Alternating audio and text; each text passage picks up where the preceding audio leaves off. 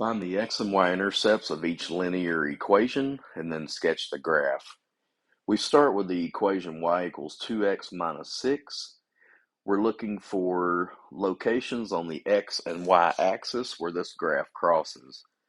On the x-axis, over here on the rectangular coordinate system to your right, no matter which location on the x-axis you go to, because you never have to move up or down, your y-coordinate will always be 0. So if we replace y equals with a 0, that becomes 0 equals 2x minus 6. Solving for x, we add 6 to both sides, divide both sides by 2, and we get x equals 3. That gives us the point 3, 0. Each point on the rectangular coordinate system is a combination of x comma y. X was 3 when y was 0. That gives us this point. To find the y-intercept, look at your y-axis. Anywhere on the y-axis, the x-coordinate is 0. So we replace x with 0. In our original equation, y equals 2 times 0 minus 6. That's negative 6. And that gives us the point 0, negative 6. When x is 0, y is negative 6. So we pair those up. This graph is just a visual representation of all ordered pairs that satisfies this one equation. For example, in class, I randomly asked you what the answer would be if x was equal to 1.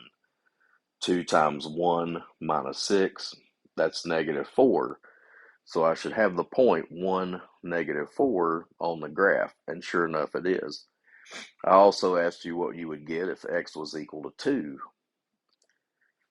2 times 2 minus 6, that's negative 2, so the point 2, negative 2 should be on the line, and it is.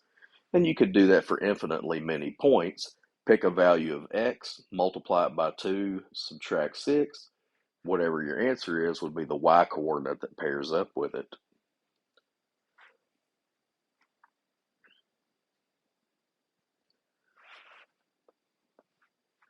For the equation y equals 5 minus 3x, to find the x-intercept, let y be 0.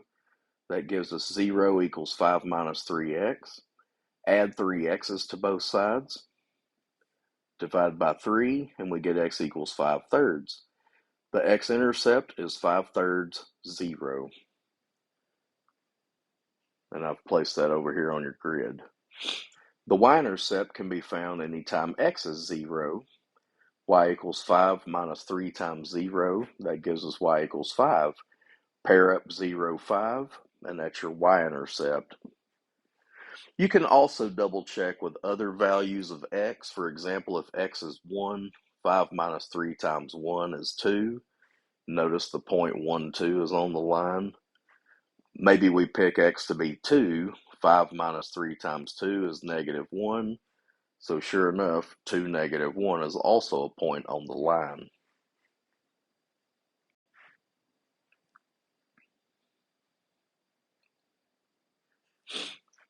Excuse me. Next, we have the equation y equals negative 4 times 2x plus 1.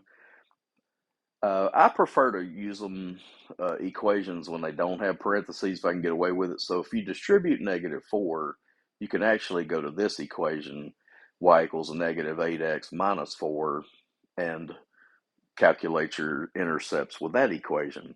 They're the same. This one is just doesn't have the negative 4 distributed. Okay, so finding the x-intercept, we let y be 0. 0 equals negative 8x minus 4. Add 8 x's to both sides. Divide by 8. Negative 4 divided by 8 reduces to negative half. So negative 1/2 comma 0, that's your x-intercept. To find the y-intercept, you let x be 0. Y equals negative 8 times 0 minus 4. That's negative 4, giving us the point 0, negative 4. Once you've got your intercepts, connect them with a line, and you have the visual representation of all ordered pairs that satisfy this equation.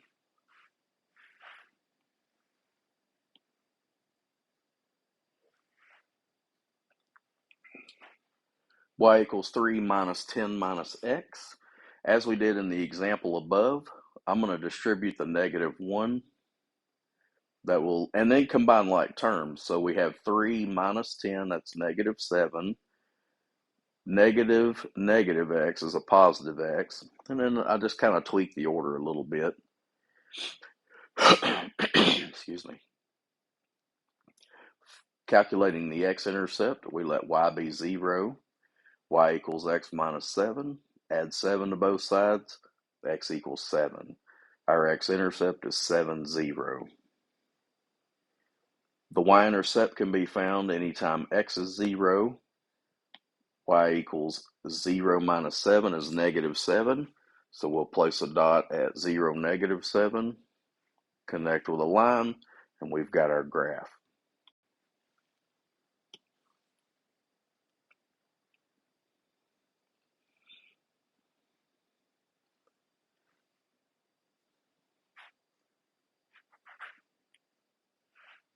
Find the x and y intercepts.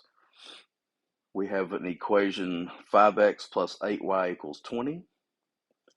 To find our x-intercept, we let y be 0. 5x plus 8 times 0 equals 20. 5x equals 20. X equals 4. The point 4, 0 is on the x-axis, 4 units to the right of the origin.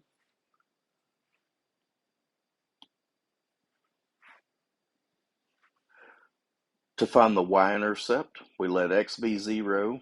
Go back to your original equation. 5 times 0 plus 8y equals 20. 8y equals 20. Divide both sides by 8. 20 divided by 8 reduces to 5 halves. So we have a y-intercept at 0, 5 halves. 5 halves is 2.5. It'll kind of help you get an idea of where to put your y-intercept point.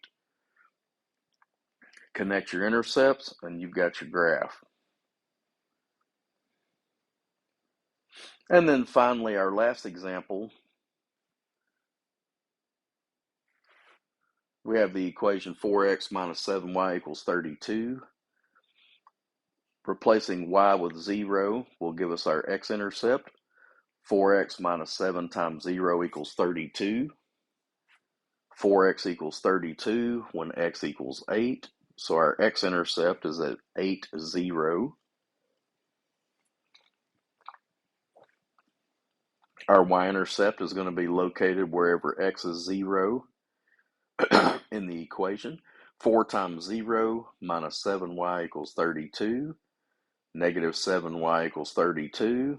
Divide both sides by negative 7. And since that don't reduce or divide out evenly, we have a y-intercept of 0, negative 32 over 7. To get an idea, you could put in your calculator negative 32 divided by 7.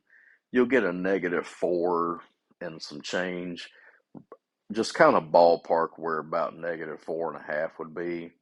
That will be close enough. It's not exact, but it's close enough for our purposes.